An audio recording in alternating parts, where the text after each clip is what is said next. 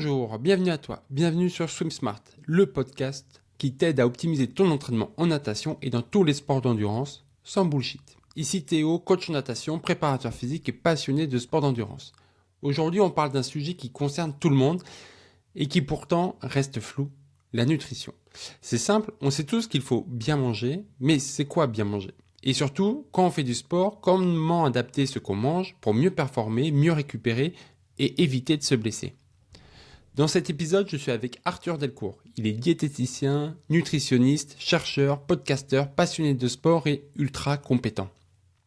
Tu verras, il ne vend pas de rêve, pas de recettes miracles, pas de régime à la mode, mais des bases solides, scientifiques et concrètes. Des repères simples pour adapter ton assiette à ta vie et à ta pratique sportive.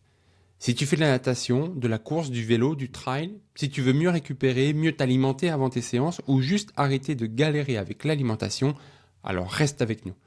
On a parlé d'hydratation, d'ultra-transformation, de glucides, de timing, de signaux que ton corps t'envoie et même de McDo après les compètes. Et si tu écoutes jusqu'au bout, tu verras, tu pourras appliquer plein de choses dès demain.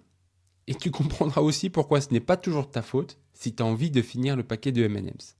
Allez, je te laisse avec notre échange. Bonne écoute. Swim Smart, Tri Hard, le podcast pour nager mieux et plus intelligemment.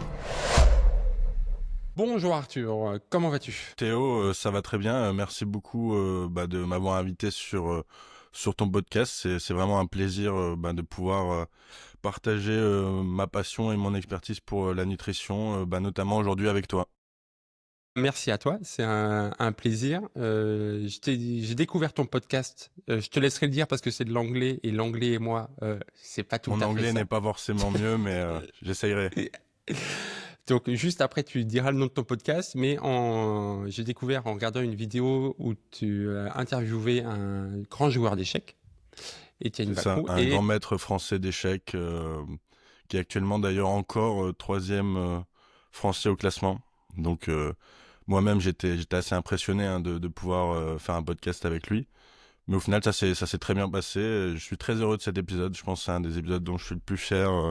Il y en a quelques-uns comme ça que je mettrai dans mon top personnel, puisque faut savoir que parfois, moi aussi, je réécoute mes podcasts. Parce que voilà, on peut oublier certaines choses. Eh ben alors, vas-y. Allez, si tu avais un top 3 des épisodes de ton podcast avant qu'on commence cet épisode, ça serait quoi ? Comme je viens de dire, donc la nutrition des joueurs d'échecs avec le GM Étienne Bacrot, que j'ai beaucoup apprécié, mais du coup personnellement. En termes de contenu de grande qualité, je dirais que le podcast avec le professeur Doré, vu que, pas sur le microbiote intestinal, vu que c'est un chercheur de renommée mondiale en fait sur le sujet, donc c'est vraiment agréable d'avoir comme ça des experts d'un domaine à interviewer. Et puis un troisième, là comme ça, je dirais peut-être celui avec un collègue diététicien qui a fait également un doctorat en nutrition, le docteur Kevin Cessel, qui a également une chaîne YouTube. Donc pour ceux que ça intéresse, voilà, vous pouvez taper docteur Kevin Cessel sur YouTube, qui fait des contenus de très bonne qualité. Et donc j'avais fait un épisode avec lui sur son sujet de thèse qu'il avait fait à l'université Claude Bernard à Lyon, sur la suralimentation, enfin l'adaptation à la suralimentation, donc sur un sujet un peu plus obésité, maladie métabolique. Donc voilà mon top 3 personnel, mais après il y en a plein d'autres, hein. Mais bon, ça je laisserai les auditeurs le découvrir. Avant de commencer, c'est un sujet important qu'on aborde aujourd'hui, donc c'est la nutrition. Allez, je pense que les gens l'auront compris. Est-ce que tu peux présenter ton parcours et que les gens Oui, bien comprennent sûr. pourquoi c'est toi qui es avec moi et pas quelqu'un d'autre, quoi. Oh là. T'as la pression. Donc moi, comme j'ai dit, c'est Arthur Delcourt, j'ai 28 ans, je suis diététicien nutritionniste depuis 2010. Moi, j'ai fait mon parcours en Belgique, c'est-à-dire que j'ai fait un bac plus 3 en nutrition, donc nutrition et diététique plus précisément. Et ensuite, j'ai continué mon parcours, j'ai fait 2 masters en sciences, un à Bruxelles et à l'UC Louvain en sciences biomédicales, et un deuxième à Paris à la Sorbonne en biologie intégrative, physiologie et physiopathologie humaine. Donc là actuellement j'ai beaucoup de projets autour de la nutrition. Voilà, comme tu as dit, j'ai mon podcast Nutrition Sport Health, où je débat avec, enfin plutôt j'interview, mais parfois je débat avec des collègues, des confrères ou des experts dans le domaine de la nutrition aussi pour les mettre en avant parce que c'est vrai qu'on n'est pas forcément toujours mis en avant, que ce soit par les institutions ou même sur les réseaux sociaux, donc on essaye de se soutenir les uns les autres. Je suis aussi actuellement administrateur de l'association professionnelle des diététiciens en Belgique. Depuis, ça fait 5 ans que je suis dans l'association, mais là, ça va faire 1 an que je suis dans les administrateurs. Je suis membre de différents groupes de travail chez eux. Je suis membre de groupes de nutrition en Belgique et en Europe également. Donc, par exemple, l'ESPEN et la Société belge de nutrition clinique. Que dire d'autre Non, je pense que c'est déjà pas mal. C'est C'est déjà pas déjà pas mal. mal. J'ai déjà fait un peu le tour. Voilà, donc on voit tout de suite que non seulement tu es un passionné de ce domaine-là, d'où ta place ici, et aussi que tu as fait des études, c'est scientifique. C'est pas comme les influenceurs qu'on peut voir qui mangent une salade une fois dans leur vie, qui après se disent nutritionnistes et te donnent des conseils. Ouais, bien sûr, ça c'est vraiment un gros problème qu'on a actuellement avec l'essor des réseaux sociaux. C'est qu'il y a énormément de désinformation qui circule. Parfois, c'est même pas de la désinformation voulue, hein. C'est juste des passionnés qui travaillent plus ou moins dans une profession proche de la nutrition, comme par exemple des coachs ou des professeurs d'activité physique, etc. Ou même parfois des autres professionnels de santé comme des infirmiers ou des médecins. Mais donc parfois c'est pas volontaire en fait de propager de la désinformation.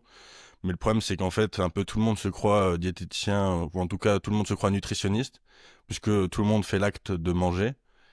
Et donc, c'est parfois compliqué de s'y retrouver quand on cherche des informations fiables sur les réseaux sociaux. Et ça peut mener parfois à des comportements bien. Il y a des jeunes qui peuvent développer des troubles des comportements alimentaires en suivant certains conseils aberrants avec des régimes extrêmement restrictifs. Mais ça, je pense on va en revenir sur les régimes à la mode dans le monde du sport. Oui, tout à fait. Euh, donc oui, c'est important de s'entourer de professionnels. Mais moi, hein, enfin, de par ma profession, comme je suis des athlètes, il y en a plusieurs qui me demandent quoi manger. Et très vite dans la discussion, je dis voilà, moi, je suis pas nutritionniste. Je me base sur mon expérience et sur mes recherches parce que c'est un sujet qui forcément me passionne parce que ça permet aussi d'optimiser son entraînement.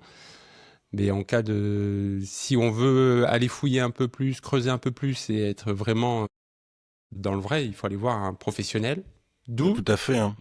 Moi, par exemple, j'ai développé une expertise en nutrition, mais je suis également assez passionné de sport et notamment de bodybuilding. Et c'est pas pour autant que je vais m'improviser coach sportif, tu vois. Et ça, je pense qu'il faut plutôt opter pour la collaboration que l'exclusion et travailler tout seul dans son petit coin et essayer de tout faire, quoi. tout à fait. Je peux que aller dans ton sens.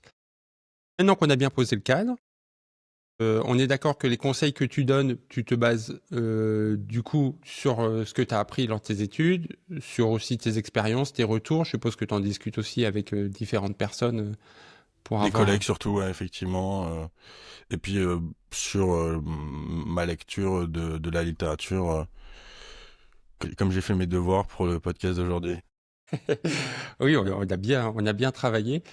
Et ben on va se lancer dedans. Moi, quand on parle de nutrition, il y a un truc qui m'interpelle, c'est qu'on nous dit tout le temps qu'il faut manger bien, qu'il faut manger bien et qu'il faut bien manger, mais on nous explique jamais trop ce que ça veut dire et quel est le rôle d'une bonne nutrition. Est-ce que tu peux nous éclairer dessus ou pas?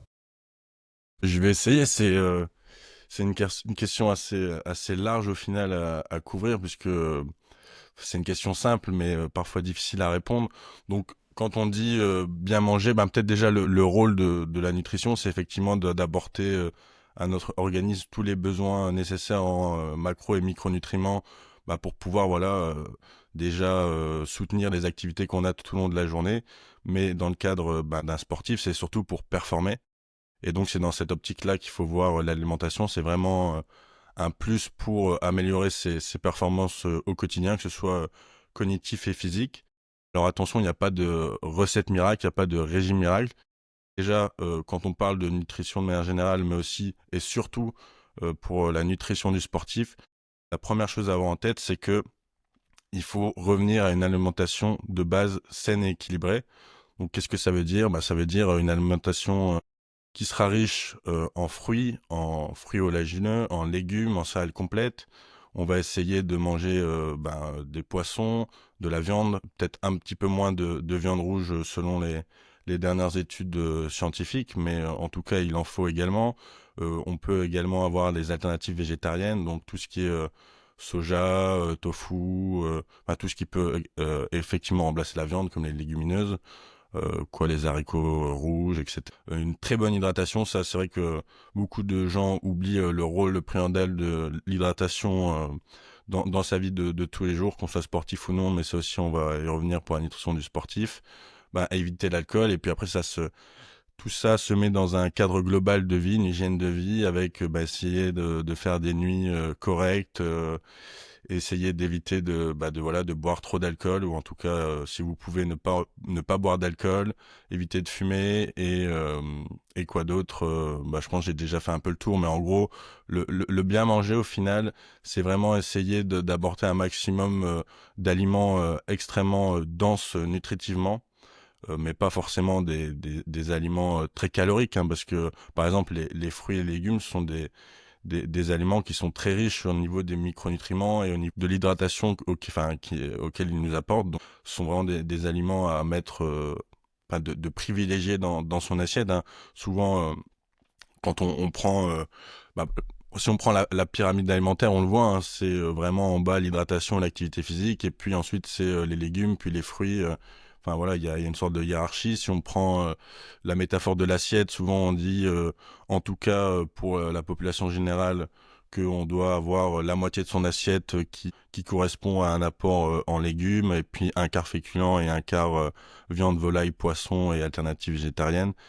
Donc voilà, il y a des choses simples pour bien manger. Il y a un concept pour bien manger que j'apprécie énormément, parce que je trouve que ça permet à tout à chacun de pouvoir mieux manger facilement et sans être expert justement dans la micronutrition, la nutrition, etc. C'est le concept d'ultra transformation. Donc sur ce concept-là, j'ai fait un podcast avec le docteur Anthony Fardet, qui est chercheur à l'INRA, à l'université de Clermont-Ferrand. Et son sujet de recherche, en fait, ça consiste à dire que toutes les maladies chroniques et métaboliques, finalement, comme l'obésité ou le diabète de type 2, qui sont devenus des pandémies selon l'Organisation mondiale de la santé, en fait, ont triplé en 50 ans. Un des facteurs qui a fortement changé en 50 ans, c'est notre alimentation, et notamment l'industrie agroalimentaire. Donc, ce qui se passe, c'est qu'on mange de plus en plus des aliments qui sont dits ultra transformés. Donc un aliment ultra transformé, c'est un aliment qui a subi énormément de modifications biologiques, chimiques et physiques, souvent par une industrie agroalimentaire qui utilise des techniques qui sont extrêmement poussées, qui vont donner des produits raffinés. Et donc au final, on va avoir des aliments qui seront totalement déséquilibrés nutritionnellement, avec ce qu'on appelle une matrice artificialisée.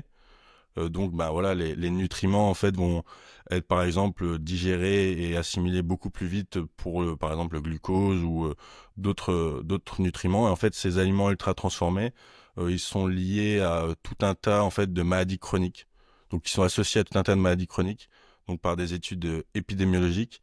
Il y a également une étude clinique chez l'homme d'une vingtaine de participants, et c'est la seule d'ailleurs à ce jour sur ce sujet, qui a montré que en 2 semaines, des patients du coup qui mangeaient des aliments ultra transformés versus non transformés, donc dans un processus d'essai clinique randomisé, il y avait déjà des modifications en fait au niveau de leur prise de sang au bout de 2 semaines.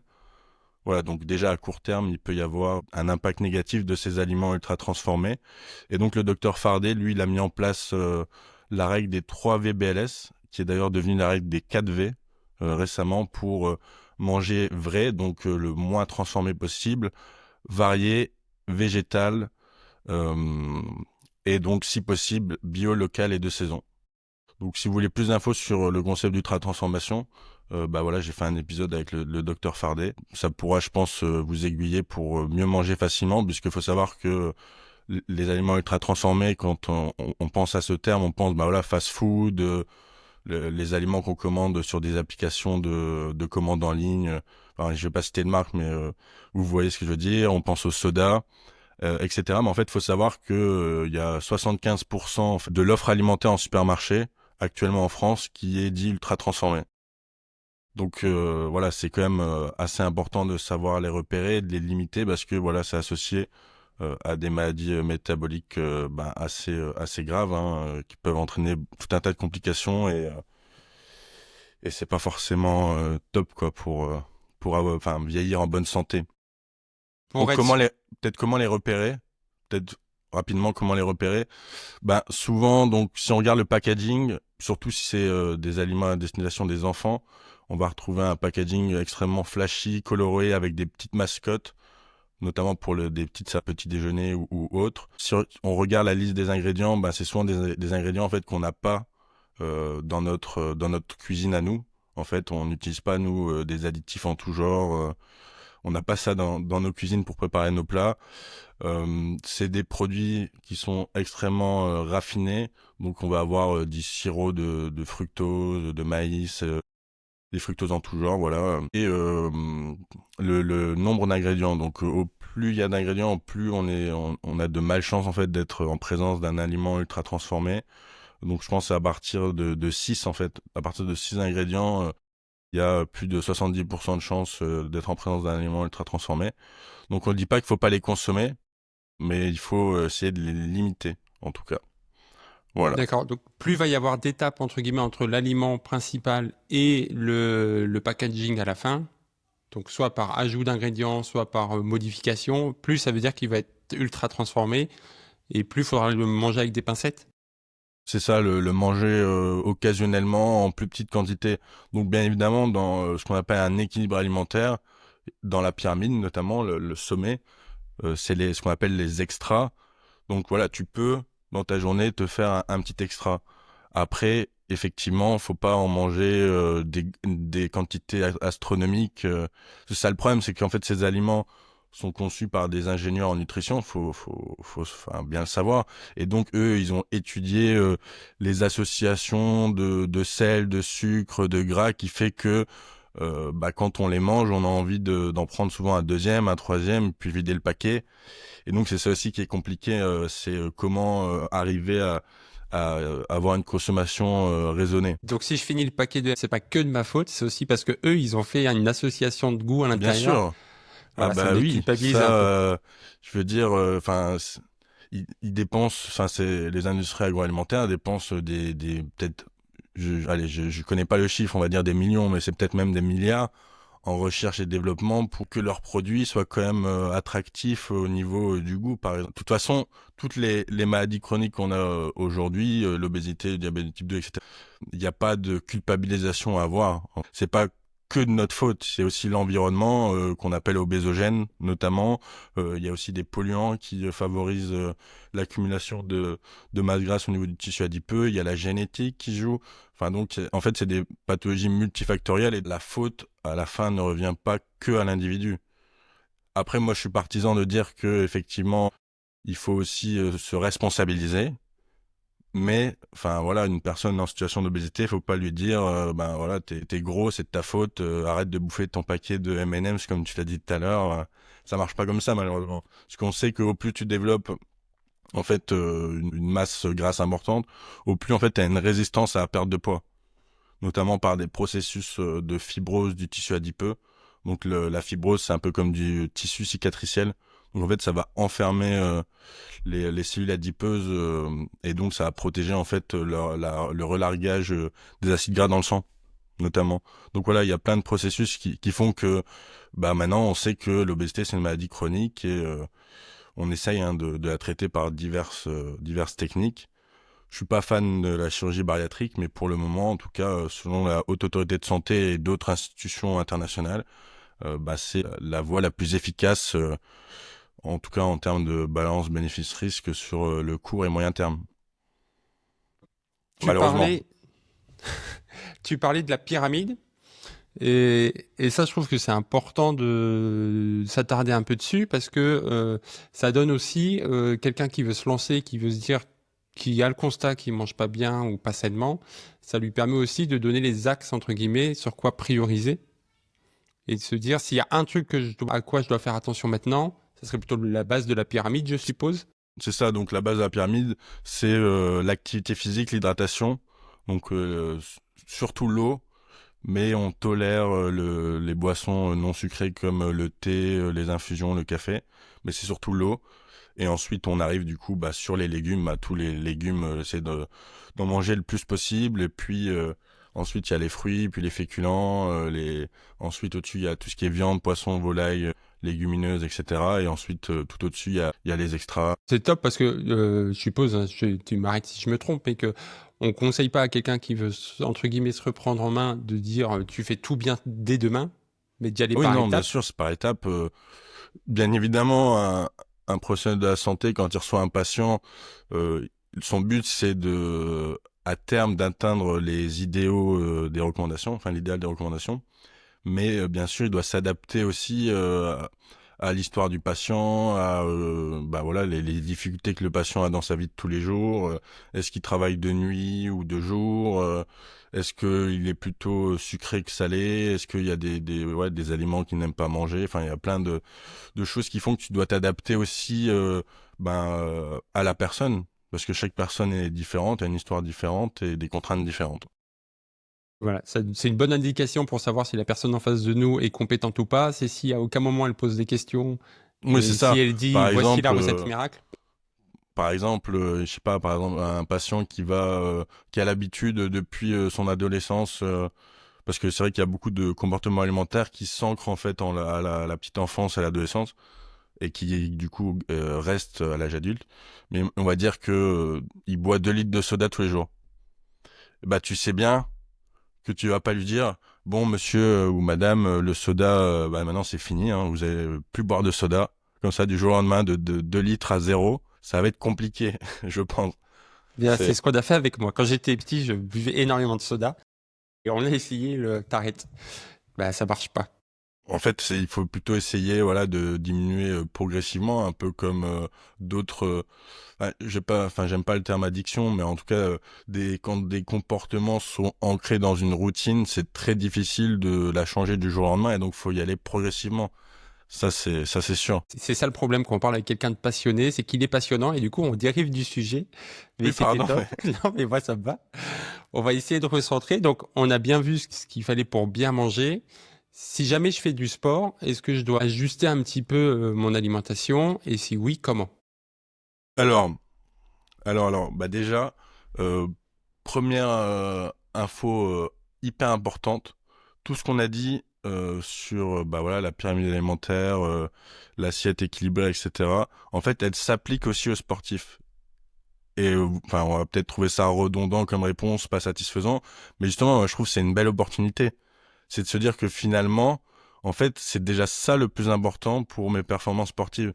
Parce que beaucoup d'athlètes pensent, bah voilà, tout de suite, nutrition, supplément, ça va augmenter de 100% mes capacités, mes performances. Mais non, en fait, c'est ce qu'on appelle dans la nutrition du sport le food first approach. Donc, on remet au centre chez le sportif d'abord son alimentation, parce que bien souvent son alimentation est déséquilibrée, ou en tout cas pas assez équilibrée de base.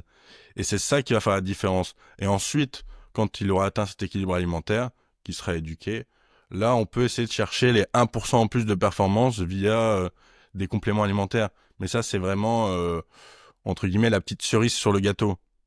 Tu vois ce que je veux dire? Par rapport à la nutrition du sportif aussi, un deuxième message important, et les gens, quand ils pensent nutrition du sportif, ils pensent à protéines. Mes apports en protéines, il faut que je prenne des protéines après, après mon entraînement, après les compétitions, protéines. Mais en fait, au final, donc c'est très important l'apport en protéines, ça je ne le nie pas, mais c'est pas pour moi dans le top 1 ou 2. Ça viendrait en top 3. La première chose, c'est pour la performance, une bonne hydratation. Faut savoir que déjà, une légère déshydratation peut diminuer les performances sportives de 10%, si on perd seulement 1% de notre poids en eau. Donc c'est pas négligeable en tout cas, enfin il faut le prendre en compte. Et en top 2, c'est les glucides. Et donc souvent, à contrario, les sportifs pensent d'abord aux protéines avant les glucides. Mais Ouais. en fait, pour avoir la performance, c'est plutôt les glucides à favoriser, notamment avoir un bon stock de glycogène juste avant et pendant l'effort pour assurer comment je vais dire une bonne course ou une bonne pratique de la natation, etc. Et ensuite, ça vient en troisième position, les protéines. Mais en un et 2 pour la performance, c'est une bonne hydratation et euh, avoir un bon apport de glucides. Parce que souvent, en fait, on voit beaucoup d'athlètes diminuer les glucides. Et donc, ça, c'est c'est contre même la notion de performance, en tout cas. Alors, excuse-moi, il y a mon fils qui s'est mis à pleurer à côté parce qu'il a cassé sa sucette. Alors, je suis désolé, je lui fais manger une sucette pendant un enregistrement. Il n'y a pas de souci. Je sais que ça va pas avec le thème du podcast.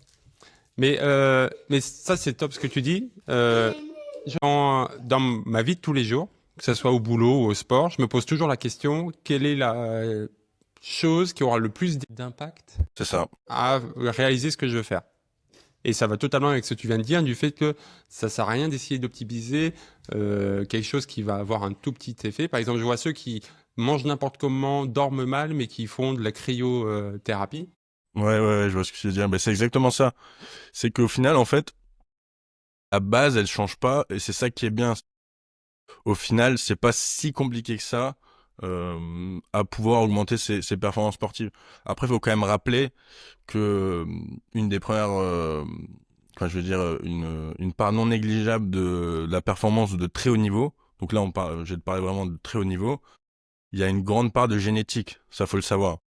Donc tout le monde ne peut pas courir un 100 mètres comme Usain Bolt ou nager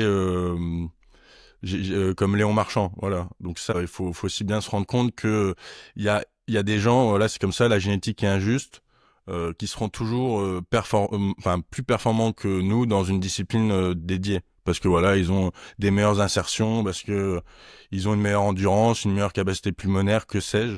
Mais ça aussi, il faut se rendre compte que il y a beaucoup de génétique et d'hérédité chez les sportifs de haut niveau. Voilà. Tu aurais pu dire nager comme moi. Tu étais pas obligé de prendre Léo Marchand comme, comme exemple. J'ai essayé de prendre le premier nom, et puis comme voilà, j'ai été quand même assez impressionné de ses performances au JO. Voilà, j'ai pensé à lui, mais j'aurais pu dire comment il s'appelle, celui qui fait danse avec les stars là en ce moment. Florent Manodou. Voilà, Florent Manodou. Alors, Mais anecdote, je peux dire voilà qu'il nage comme toi, bien évidemment. anecdote, il y a un jour, je fais une compète, je nage, je sors du bassin, et là, je vois Florent Manodou à ma gauche et Yannick Agnel à ma droite. Et on Ok. marche un petit peu, on parle vite fait. Et c'est la première fois de ma vie où je me suis senti petit et ridicule entre deux qui culminent à 1m95, 2 mètres et qui sont quand Mais même. c'est des armoires à glace. Voilà. Enfin, déjà, rien qu'en photo ou en vidéo, c'est des armoires à glace. Alors, en vrai, j'imagine même pas, hein. C'est parfois assez désagréable. Donc, moi, ça m'a marqué. Je pense que eux, ils se souviennent pas de ce moment. Et voilà, moi, ça m'a marqué ce moment-là. Mais voilà, du coup, comme tu dis, c'est pas tout le monde qui fait 1m95 et qui est une armoire à glace. Donc, évidemment, on retire pas leur niveau d'implication, les sacrifices qu'ils font, leur nombre d'entraînements, enfin voilà. Mais effectivement, c'est pas tout le monde qui a cette base-là génétique. Mais ça, du coup, faut le rappeler. Malheureusement, l'alimentation, le sommeil, voilà, lutter contre le stress, c'est bien, mais dans le très très haut niveau, il y a aussi beaucoup qui est joué au niveau de la génétique. Grosso modo, ils ont la très bonne terre pour pouvoir cultiver, mais parce qu'ils l'ont bien arrosé, parce qu'ils ont bien Après, respecté le reste, ça veut quoi. rien dire, parce que c'est vrai que parfois on a des retours d'athlètes de haut niveau qui disaient qu'effectivement, ils prenaient pas forcément en compte la nutrition, tu vois, par exemple. Et c'est pour ça que je te dis qu'au final, il y a quand même une part importante de génétique. En fait, la nutrition, c'est un facteur parmi d'autres de la performance. Et donc, ouais, t'as des fois des retours de gens qui ont été champions du monde de, voilà, XY, et qui vont te dire, bah, moi, j'ai jamais fait attention à l'alimentation et je le ferai jamais. Bah, après, tant pis pour eux, parce que une carrière, ça dure Oui, pas c'est ça. 20 ans, 30 ans. Donc, si après, ils sont cassés à 50 ans, enfin, c'est vrai que le sport de haut niveau, enfin, ça a des contraintes énormes sur le corps, hein. Donc, il y a beaucoup de sportifs qui, après l'arrêt des compétitions, vieillissent quand même assez mal. Ça aussi, il faut le souligner, hein. Oui, non, tout à fait. S'ils arrêtent une activité physique à côté, on a, par exemple, chez les footballeurs, on a énormément d'exemples de joueurs de foot, voilà, qui deviennent en surpoids après leur carrière. Ah, enfin, le fameux Ronaldo. Par exemple, Qui- par exemple, par exemple. Une question qu'on se pose souvent, justement pour la nutrition et les sports, c'est quoi manger avant une séance? Comme je l'ai dit, ça va être un apport en fait élevé en glucides, des glucides qui seront facilement assimilables. Donc là, on quitte un petit peu l'alimentation équilibrée et on rentre vraiment sur la nutrition de la performance, puisque là, on pourra se permettre aller entre 4 heures et 2 heures avant un effort, de manger des plus grosses quantités de glucides, des pâtes blanches, du riz blanc. Donc là, tu vois, on va essayer d'éviter tout ce qui est féculent complet. On va plutôt aller sur des féculents un peu plus raffinés. Et donc ça, c'est pas un problème parce qu'on cherche justement à avoir un apport rapide de glucides pour recharger le glycogène dans les muscles. Et tu peux même, tu vois, finir après, donc tu peux même, bien évidemment manger ta viande, ton poisson ou tes légumineuses et tes légumes, mais les légumes déjà on va les réduire et on va, comment je vais dire ça, on va même prendre parfois, tu sais, en dessert des petites compotées, en fait on va essayer de diminuer les fibres, mais essayer d'avoir quand même des micronutriments. Donc voilà, c'est pour ça qu'on part parfois sur des petites compotées, sur du yaourt un peu sucré. Donc c'est vraiment donner un petit coup de boost en fait à tes muscles pour l'effort, pour préparer l'effort. Et donc ça on le fait entre 4 heures et 2 heures avant. Voilà, pour vraiment avoir ces stocks gonflés à bloc de glycogène pendant l'effort, surtout si c'est de l'ultra-endurance. Notamment ça, c'est vrai que le glycogène intramusculaire est extrêmement important pour la performance dans l'ultra-endurance. D'accord. Donc l'idée de ça, c'est de donner de l'énergie à son corps Qui va pour le pouvoir, stocker dans les muscles. voilà, Et pour donc ça va pouvoir servir de dépenser. carburant pendant l'effort. D'accord. Et on le fait en 2 et 4 heures avant pour qu'il soit prêt à Ah, utilisation entre guillemets. pour que tu puisses tout de même en fait avoir le temps de digérer tes aliments et d'assimiler donc le sucre en fait de ces aliments, parce que faire du sport en pleine digestion c'est très désagréable. Je sais pas si tu l'as déjà vécu, mais avoir un estomac rempli quand tu fais un effort intense, en fait, c'est pas compatible. Il y a un moment donné, soit tu vas régurgiter vers le haut, soit vers le bas, mais il y a un moment donné, ça va pas aller, quoi. Enfin, après, ça va. Enfin, ça dépend effectivement du type d'effort, de l'intensité, et de la quantité ingérée. Bien évidemment, tout le monde ne va pas vomir s'il a le ventre plein pendant un effort. Le fait que physiologiquement, pendant un effort, en fait, ton corps, il est pas censé digérer des aliments. Il est censé apporter de l'oxygène à tes muscles et à ton cerveau pour fuir vite normalement le danger. À la base, c'est ça. C'est pour Oui, ça qu'on peut. parce que si jamais il digère, c'est juste qu'il y a une partie de son énergie qui sera pas utile pour avancer plus vite ou C'est en surtout fonction que du sport. le sang en fait va être redirigé vers le cerveau et les muscles et donc il y aura moins de sang disponible pour irriguer tous les organes du tube digestif et donc ça va diminuer déjà l'assimilation des nutriments et puis ça va comment dire, ça va faire que tu auras souvent des troubles digestifs en fait. Parce que ton corps il sera pas en état de digérer et d'assimiler correctement et donc à un moment donné, surtout si c'est un effort intense, il va vouloir évacuer d'une façon ou d'une autre. Donc ça peut être des troubles intestinaux ou alors des vomissements. D'accord. Et c'est aussi pour ça qu'on limite les fibres, parce que les fibres, ça va Ça inciter à ça. fibre en fait, c'est parce que ça augmente la vidange gastrique et donc ça augmente le temps de digestion. Et là, on veut en fait des glucides rapidement et facilement stockés en glycogène. Parce que les fibres, il y a une partie, il y a une fermentation qui se passe au niveau de l'intestin par les bactéries. Et donc ça nous apporte des bonnes choses, mais dans ce cadre-là, en fait, ça va plutôt favoriser les troubles intestinaux. Parce que justement, le corps est pas en capacité de bien les digérer, bien les fermenter par les bactéries dans ces conditions-là. D'accord. Donc la prochaine question, je vais passer un peu au crash test. Au Euh, crash test, Au crash test. Et je vais te c'est-à-dire? dire ce que moi je mange comme en cas avant d'aller à Ouais. l'entraînement. Je le mange 1 heure et demie avant. Et ce que je conseille du coup aux nageurs que je suis. Et tu me diras si c'est adapté ou pas. Là, je Ok. risque, hein, parce que si tu dis que c'est n'importe quoi ce que je mange, il y a Non, peut-être mais après, la moitié des nageurs que je vais être j'accompagne qui vont. tolérant, je vais être tolérant. Mais là, c'est bien parce que j'ai trouvé un article qui parle un petit peu des recommandations pour les pratiquants de natation. Donc, si tu veux bien, après, je vais te les parcourir et je pourrais même t'envoyer l'article si tu veux. Bah oui, carrément. Alors, moi, je mange 1 heure et demie, 2 heures avant mes entraînements. Là, c'est pour un entraînement d'1 heure et demie avec, par exemple, un tiers d'intensité dedans. Je mange un yaourt avec des amandes et du miel. Mhm. Est-ce que c'est bon ou pas? Là, je Alors, stresse, hein. du stress. Bah, déjà, pour, quelle quantité d'amandes tu utilises? C'est ça aussi qui va déterminer ma réponse. La quantité. Est-ce que c'est une poignée ou est-ce que c'est 2 poignées? Non, c'est une petite poignée parce que j'aime pas trop ça. Ok. Parce qu'en fait, souvent, on va quand même essayer d'éviter les fruits oléagineux. Parce que Ouais, c'est des super, enfin, je veux dire, c'est des bons aliments parce que j'aime pas le terme super aliment. Pour moi, ça n'existe pas. C'est des bons aliments, mais en fait, ils sont très riches en lipides et en fibres. Et donc, en fait, comme je te disais tout à l'heure, ça va être, enfin, contre-productif dans le sens où ça va quand même demander pas mal d'efforts de digestion. Donc, il faudrait que tu prennes ça vraiment, allez, je vais dire, 2 heures avant, quoi. Pour être d'accord. sûr que ça soit pas trop lourd sur ton estomac, parce que c'est vrai qu'avant un effort intense, surtout s'il est intense, on essaye de réduire un peu les lipides et les fibres. Si je peux enlever les amandes, Tu t'es pas forcément obligé de les enlever, mais vraiment mettre quelques amandes, tu vois.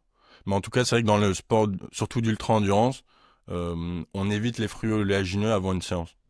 On part vraiment sur des compotés, voilà, comme tu dis, un yaourt avec du miel ou du sirop. Là, c'est vrai qu'on sort un petit peu du cadre de base de l'alimentation équilibrée, puisque souvent on dit bah manger des céréales complètes, etc. Là, on va être vraiment sur des céréales qui seront raffinées, donc plus blanches, comme j'ai dit tout à l'heure, du riz blanc, des pâtes blanches, des pommes de terre. Parce que ça, c'est vrai que c'est souvent négligé, mais les pommes de terre, c'est une bonne source de glucides et d'autres composés. Donc, il n'y a pas que les assiettes de pâtes avant les efforts d'ultra-endurance pour les sportifs, pour pouvoir diversifier son alimentation. Mais yaourt avec du miel et un tout petit peu d'amandes. Après, voilà, si du coup, t'es pas obligé de mettre les amandes si t'aimes pas ça. Parce que là, du coup, tu vois, il y a déjà une dissonance. Tu dis que t'aimes pas ça, mais t'en manges. parce que mentalement, les amandes, je les ai rajoutées parce qu'un de mes coachs disait qu'il faut en prendre 2, 3 avant les entraînements. Et tu as ce côté-là où je sais pas si ça me fait du bien physiquement, Ça te mais rassure mentalement, peut-être. ouais, ça me met dans. Par exemple, je Après, tu vois, pense que c'est vraiment 2, 3 amandes, c'est bon, tu vois. Mais si t'es plus sur une grosse poignée, là, ça va être... Ou alors, faut le prendre plus tôt, quoi, dans la journée. Parce que c'est vrai que dans l'ultra-endurance, comme j'ai dit, on part vraiment sur avoir un maximum de glucides dans ses repas pré-entraînement ou compétition, et avec des aliments qui sont digestes. Et c'est vrai que les lipides et les fibres sont plus difficiles à digérer que les glucides et les protéines. d'ailleurs, j'écoutais un podcast il y a pas longtemps de Bertrand Souillet et j'étais d'accord avec lui qui disait que son corps, quand il mangeait certains éléments, par exemple le matin d'une course importante, il avait tout le temps le même petit déjeuner qu'il mangeait qu'à ce moment-là. Et du coup, le corps, il assimilait, Ok, ou plutôt son esprit. ça je pense que Toi, c'est plutôt un truc pour se rassurer, dans le sens où bah, ça le met en fait dans une sorte de routine et donc de conditionnement. En fait, il s'est trouvé cette petite routine de conditionnement qui fait que il se prépare mentalement et physiquement à l'effort qu'il va faire. Et donc le même repas en fait, c'est pour le rassurer et se mettre dans cette espèce de pas de cérémonie, mais tu sais, c'est un petit peu collégial quoi. Genre tout à chaque fois avant tel type de séance, je mange tel petit déjeuner. C'est très procédural, mais ça permet parfois à certains athlètes de voilà de se mettre en condition avant un effort. comme le fait d'avoir tout le temps le même caleçon quand tu fais un match de foot Ouais, ou. voilà, c'est ça. C'est pour se rassurer, hein. Chacun trouve des trucs. Il y en a, c'est des bracelets. Il y en a, c'est des caleçons. D'autres, apparemment, c'est des petits déjeuners. Ça, chacun fait comme il le souhaite. J'imagine que, enfin, il fait pas ce type d'effort tous les jours et donc il mange pas le même petit déjeuner tous les jours. En tout cas, Non, non, j'espère non, pas pour c'était. lui, parce que sinon c'est assez monotone. Et Tu parlais du coup d'un article. Ouais, tout à fait. Je vais quand même avoir un petit copion parce que j'ai pas envie de dénaturer l'article. Mais donc ça reprend en fait les recommandations en macronutriments pour les pratiquants de natation, pour les protéines, les glucides et les lipides. Donc déjà pour justement les glucides, euh, là ça va dépendre en fait si tu es dans une session de basse intensité ou de haute intensité.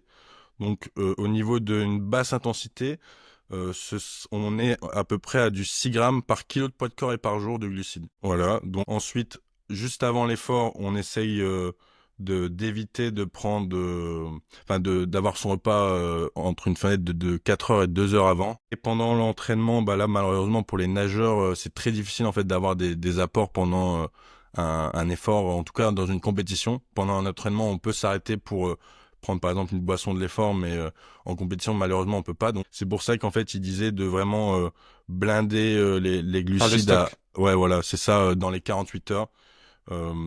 Et donc c'est là où j'y viens. C'est 10 à 12 grammes de glucides par kilo de poids de corps par jour, euh, 48 heures avant un effort de haute intensité. Alors, 10 grammes par poids de corps. 10 à 12 grammes par kilogramme de poids de corps par jour.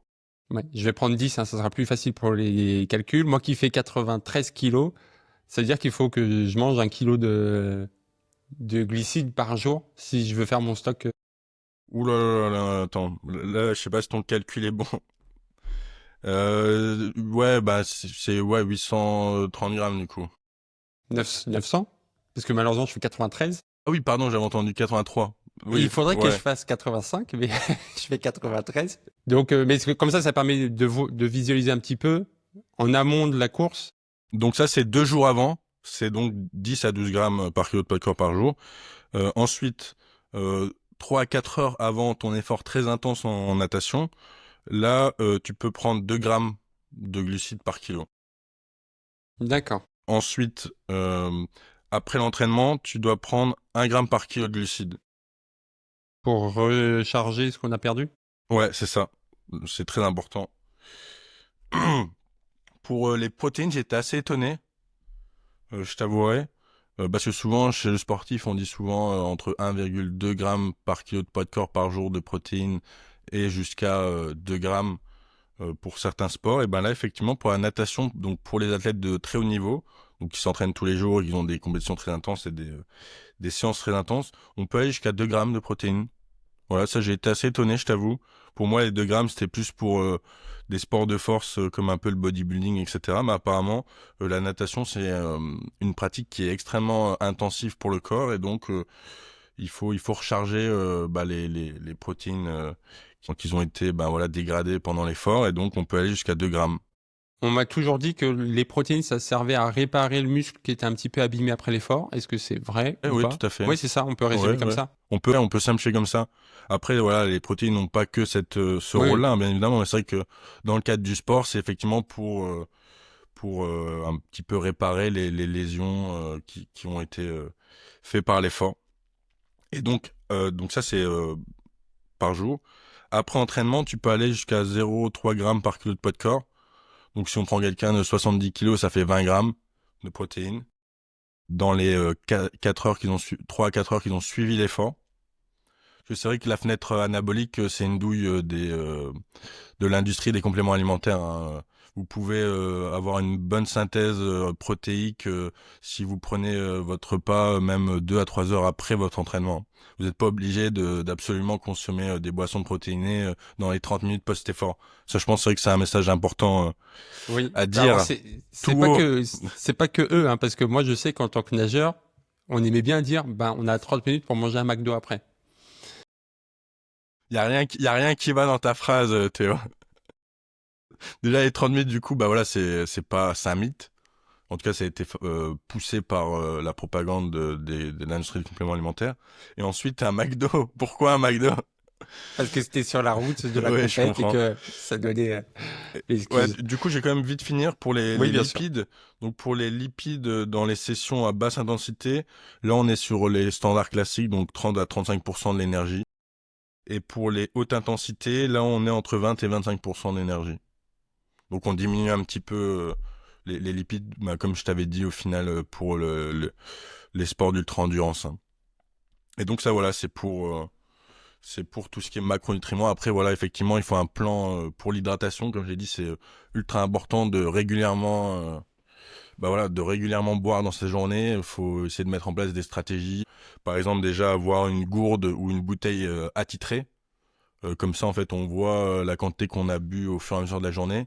Et pas hésiter, au début, en tout cas, quand c'est pas encore un réflexe, de se dire à toutes les heures, je bois 1 à 2 gorgées de ma bouteille, de ma gourde, pour justement, en fait, éviter d'avoir une déshydratation même modérée ou légère, qui fait que, au final, on performe moins. Et tout ça, faut le continuer après l'effort.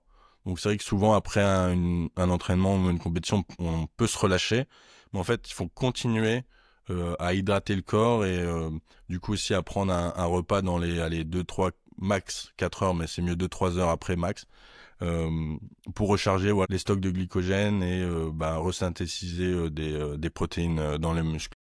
Et pas au McDo. Au McDo, c'est vrai que c'est pas forcément le meilleur repas de récupération que j'ai entendu de ma vie, mais Mais j'ai grandi après, depuis. Hein.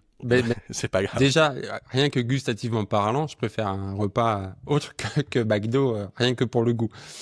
Mais en Mais tout quand cas, les... voilà, c'est vrai que cette étape de récupération est souvent négligée des sportifs, mais elle est aussi importante parce que au final, ça peut induire, si on récupère mal, ça peut induire de la fatigue et mener à des blessures. Notamment, c'est ce qu'on appelle le déficit relatif énergétique du sportif, les REDS en anglais, où justement il y a beaucoup de sportifs qui ne mangent pas assez par rapport à leurs besoins énergétiques, et donc du coup ils développent ce déficit relatif énergétique et développent des fractures de fatigue, enfin en tout cas tout un tas de blessures, de l'irritabilité. Pour les femmes, c'est des troubles de menstruation.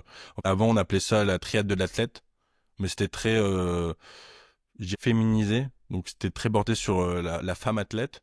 Et donc maintenant, on a appelé ça le déficit relatif du sportif, pour prendre globalement aussi les hommes dans le lot, parce qu'on a remarqué qu'effectivement, quand les besoins n'étaient pas atteints, ils étaient plus susceptibles d'avoir des fractures, et d'autres blessures, voilà. Dans toute cette partie-là, il y a plusieurs choses que je trouve top. C'est déjà de parler en termes de grammes par poids de corps. Ça, c'est Chose qu'on n'a souvent les pas tout le temps. recommandations, soit c'est en pourcentage de l'apport énergétique, soit c'est en grammage. Et Mais, souvent, les glucides et protéines, c'est en grammage qu'on préfère. mais du coup, tout de suite, ça montre la compétence de l'interlocuteur qui nous parle, s'il nous parle en grammes de poids de corps et pas juste en mode il faut manger 1000 calories dans ta Ah oui, ça, journée. de toute façon, c'est tellement spécifique à chacun, ça. Parce que c'est très difficile d'évaluer précisément la dépense énergétique d'un individu. Il y a des structures universitaires et hospitalières qui peuvent le faire, tu vois, mais enfin, c'est pas tout le monde qui a accès à ce type de matériel, et donc souvent c'est une estimation aussi. Quand on est un simple professionnel en libéral, par exemple, c'est souvent basé sur des formules, mais on sait que ces formules ne donnent pas la vérité exacte sur les dépenses. Donc après ça, ouais. C'est aussi un peu l'enjeu et la difficulté de la nutrition, c'est que c'est quand même beaucoup d'estimation au final. Et deuxième chose importante, c'est que ça varie. C'est pas une règle stable pour tout le long, ça va dépendre de ta programmation sportive et tout. Oui, Et de sa vie en général, effectivement. donc le but c'est pas de mesurer forcément tout ce qu'on mange, mais si déjà on comprend un peu comment ça se passe, je pense que c'est plus facile d'adapter son assiette après, notamment pour Ouais. les personnes qui veulent perdre du poids, de penser à adapter au fur et à mesure Ah de toute façon, je t'ai l'assiette quoi. dit, tout changer, un comportement alimentaire du jour au lendemain, c'est voué à l'échec. Il y aura de la frustration. En fait, c'est un peu ce qu'on appelle l'effet yo-yo. Je sais pas si t'en as déjà entendu parler, je pense que oui, vu que t'es dans le monde du sport. Mais c'est cet effet qui fait que, on va enchaîner un régime très restrictif. Ensuite, on est frustré, et puis on a extrêmement faim, et donc on craque. et puis on reprend du poids, et puis on refait un régime, et au final, le poids qu'on a perdu, et il est même pas compensé par le poids qu'on a repris. Et parfois, souvent, sur le long terme, on prend plus de poids que ce qu'on a perdu avec le Euh, régime restrictif. Et pour revenir du coup aux sportifs, c'est vrai qu'il y a énormément de régimes à la mode. J'en ai touché un petit mot tout à l'heure, mais peut-être on peut finir là-dessus. Donc tout ce qui est régime intermittent, régime cétogène, ça me tient à cœur de le dire, donc c'est pour ça que je reviens dessus. Régime Vas-y. paléo, ce sont pas des régimes adaptés pour un sportif. Voilà, il faut être très clair là-dessus. Euh, pour tout ce qui est régime allez, type jeune, si c'est pour des questions culturelles ou religieuses, il n'y a pas de souci. Je pense que chacun est libre de faire ce qu'il veut, en sachant très bien que ça peut diminuer, et ça je l'ai vu dans une étude, ça peut diminuer la performance pour les pratiquants de natation, de faire le ramadan. Mais bon, si c'est culturel, voilà, il n'y a pas de souci, vous pouvez le faire. Mais en tout cas, tout ce qui est jeûne intermittent, pour la performance, c'est contre-performant. Comme on l'a dit, le but c'est d'avoir un maximum d'apport en glucides, c'est d'être bien hydraté, etc. Et c'est pas compatible en fait. Par rapport au régime cétogène, déjà la plupart des sportifs ne font pas de régime cétogène, c'est un mensonge. Le régime cétogène, ça vient du fait justement de traiter l'épilepsie réfractaire aux médicaments. Et donc, c'est plus de 70% de son apport énergétique en lipides, donc en graisse. Et sur le long terme, c'est impossible à tenir. Donc, vous faites du low carb. Je veux rien savoir, vous faites du low carb.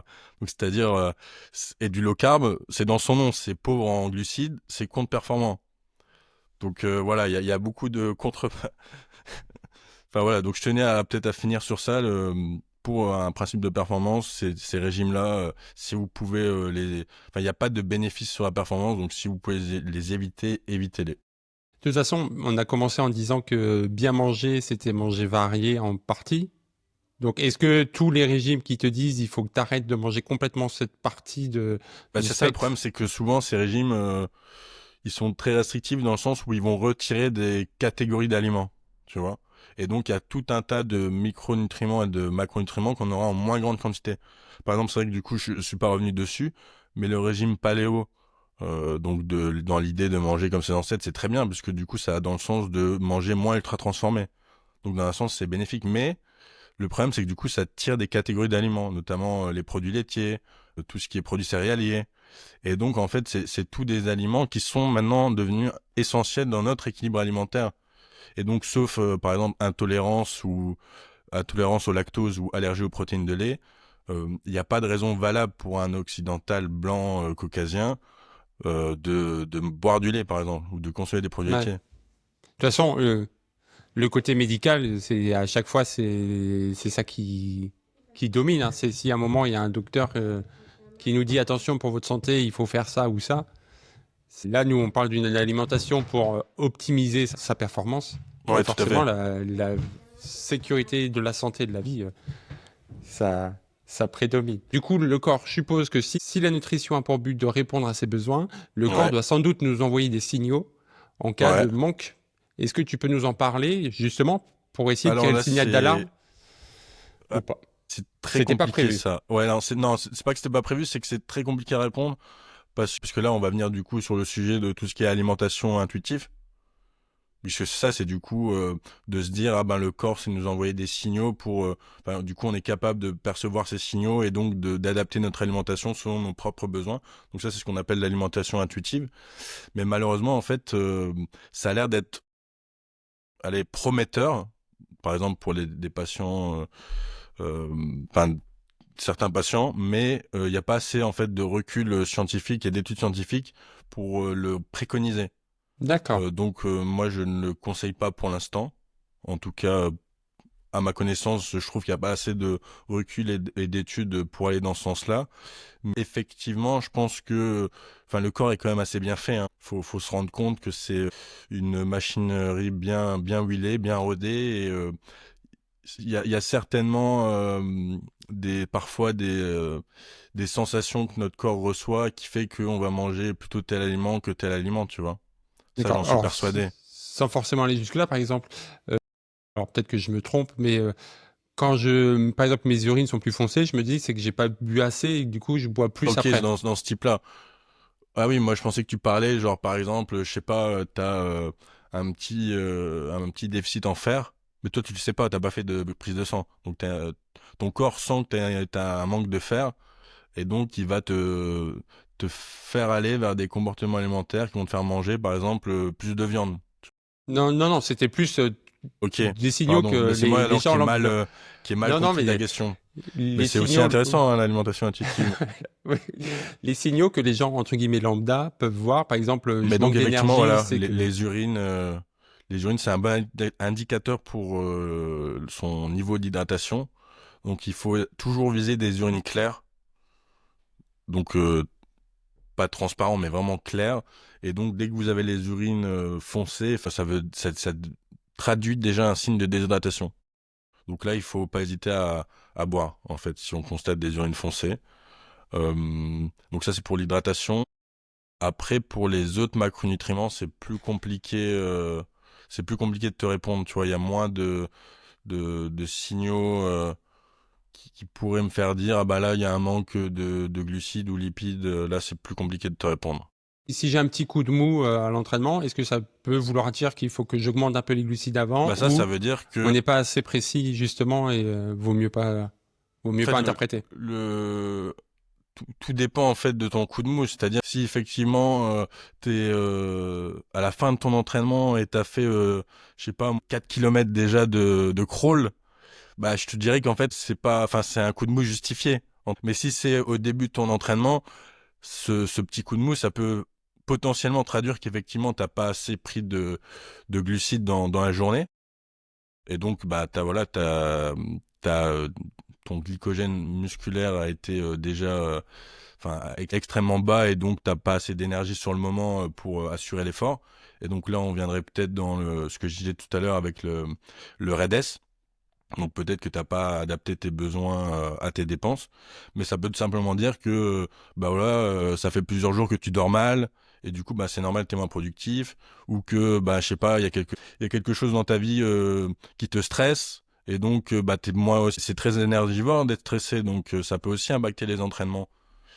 Et donc, enfin, il faut pas tout interpréter comme je remplis pas mes besoins, quoi. Ça dépend D'accord. vraiment du timing, en fait, il faut avoir une vision globale de ce coup de fatigue. Tu C'est peut-être à comprends, ce enfin, moment, ouais. Et c'est à ce moment-là où c'est peut-être, ça peut être intéressant si on voit qu'on a des coups de mou répétés ou qu'on n'arrive pas à gérer, d'aller après, voir un si nutritionniste ou pas. c'est répété, là, c'est vrai il faut commencer à se demander s'il faudrait pas effectivement consulter un professionnel de la santé, voire même un médecin, hein, une prise de sang rapide pour voir si, bah, par exemple, voilà, on n'a pas une carte déficit en fer, notamment. Parce que ça peut aussi jouer sur l'effort, et surtout chez les femmes athlètes, vu que, bah, voilà, avec leurs règles menstruelles, ils perdent quand même pas mal de fer, et donc ils doivent quand même surveiller ce paramètre-là un peu plus que les hommes, notamment.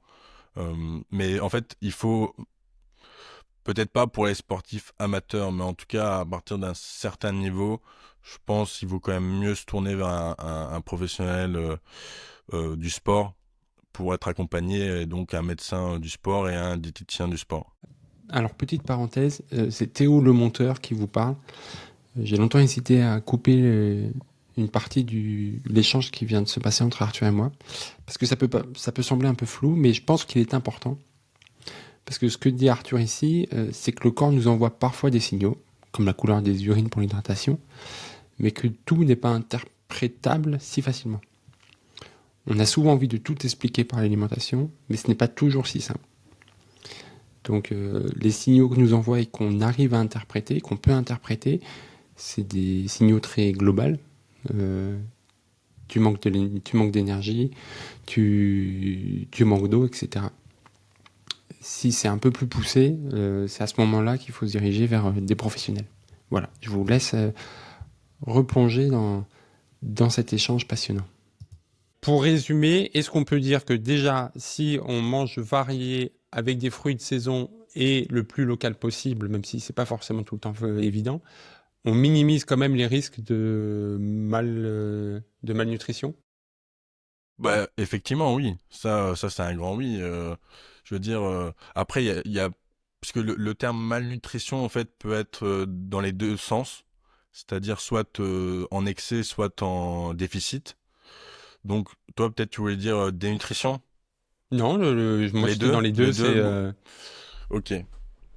Bah alors, moi je te réponds oui, effectivement, si tu manges une assiette qui est équilibrée, variée, colorée, avec beaucoup de légumes, des fruits en dessert, t'alternes entre viande, poisson, volaille et légumineuses et alternatives végétariennes. Tu prends en collation des produits laitiers. Enfin, je veux dire, quand tu démarres déjà de cette base-là et que tu t'hydrates bien, pardon, ça c'est vrai que l'hydratation, je voulais revenir, c'est important, bah tu pars déjà d'une très bonne base qui vont te permettre d'avoir un bon équilibre de vie et donc ça va découler une bonne performance. Donc ça, c'est pour la vie de tous les jours. Pour la vie sportive, en amont, je recharge un peu les, Les les glucides, réserves, à part ouais. celles en lipides, où là, on diminue pour Bah donc garder on l'énergie. rappelle, hein, numéro un 2 ça se bagarre, c'est hydratation glucides et ensuite numéro 3 l'apport en protéines. Et on n'oublie pas, ce qu'on a tendance à oublier, de les recharger une fois qu'on a fait, quoi.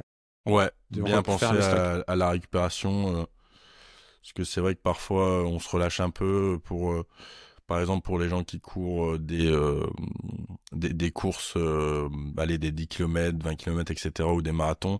C'est vrai qu'il y a beaucoup de sportifs, après le marathon, ils boivent une petite bière. Je pense pas que c'est la meilleure façon de récupérer. Mais à coup de pas, je l'avoue, je l'ai déjà fait aussi. Mais Oui, c'est pas t'as forcément... habité Lille et Bruxelles. Me fais pas croire que t'as pas Ouais, fait ça. ouais, effectivement. Donc je ne ferai pas l'hypocrite. Je l'ai fait aussi. Mais effectivement, c'est pas la meilleure récupération possible. Le McDo, ce n'est pas le meilleur repas de récupération. Voilà, t'as brisé toutes mes envies d'après-course. Ça y est, c'est fini. Non, mais top, on a une vue globale. J'espère que je t'ai apporté le plus d'informations pertinentes pour ton podcast, que bah voilà, les auditeurs vont te suivre régulièrement sur tes réseaux et vous pouvez aussi également me suivre sur les miens, donc Nutrition Sport Health, voilà, sur toutes les plateformes, YouTube, Spotify, Echo. Je mettrai les liens dans la description, notamment, il y a pas longtemps, l'épisode que tu as fait avec le diététicien du club de rugby. Ah oui, avec Julien Réberol.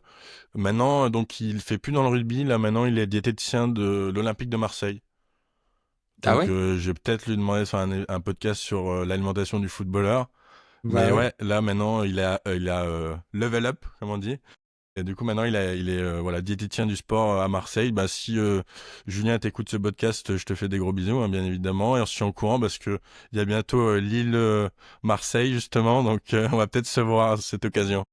Bien, ouais, je dis ça comme ça, je suis fan de l'OM. Donc, Bah voilà, bah je peux être à Lille il est aussi. sur les photos officielles du compte Instagram de l'OM. Je te les enverrai si tu veux, je Bah t'enverrai les ouais, photos. carrément, avec plaisir. Et puis, et je serais ravi de partager un verre d'eau et une salade verte à Lille lors du Si match. tu viens à Lille, il y aura quelques bières quand même, hein. On sera pas dans la nutrition de la performance. Un grand merci. Bah, Déjà, merci à merci toi pour ta d'être là. confiance. Merci pour ton podcast qui me sert beaucoup et que j'écoute avec intérêt dès que ça sort. Merci beaucoup. Ouais. On n'a pas forcément toujours l'occasion d'avoir des retours sur le travail qu'on fait tous les deux sur YouTube. Donc, bah, je prends, bah voilà, je prends tout ça et je te remercie beaucoup de le souligner. Avec plaisir. Bah, écoute, je te Euh, souhaite une belle journée ouais, à vous et à aussi et à bientôt. On très garde vite. contact. Salut. Avec plaisir. C'était un plaisir d'échanger avec Arthur et j'espère que tu as appris autant de choses que moi. Son approche est à la fois accessible, précise et super utile quand on veut optimiser sa préparation. Je te conseille vraiment d'aller écouter ces podcasts si tu veux creuser la nutrition, progresser et mieux comprendre comment ton corps fonctionne. C'est une mine d'or. D'ailleurs, après l'enregistrement, je me suis rendu compte que j'avais oublié de lui poser une question importante. Alors je lui ai envoyé un vocal sur Instagram et il m'a répondu. Je te partage cet échange juste après. Et si tu as aimé cet épisode, pense à t'abonner, à le partager ou à laisser une note sur ta plateforme d'écoute. Ça m'aide énormément à faire connaître le podcast. Allez, voici la question bonus. Salut Arthur, je suis désolé, il y a une question que j'ai oublié de te poser, que je pose à tous les invités, donc je te le fais en vocal, et puis si tu veux bien me répondre en vocal, comme ça je le mettrai à la fin de l'épisode. Est-ce qu'il y a quelqu'un que tu me conseilles, qui est en lien de près ou de loin avec la natation, parce que j'arrive à trouver après un angle d'attaque, que tu me conseilles d'inviter et avec qui tu pourrais me mettre en contact? Voilà, merci de ta réponse, à très très vite. Pas de souci, Théo. Donc, si j'avais une personne à te recommander pour ton podcast, ce serait ben voilà le docteur Kevin Cessel dont t'ai parlé durant ce podcast. Ben, notamment si tu veux refaire un épisode sur la nutrition. Et voilà, je te mettrai en contact avec lui avec plaisir. Allez, salut, à bientôt, Théo.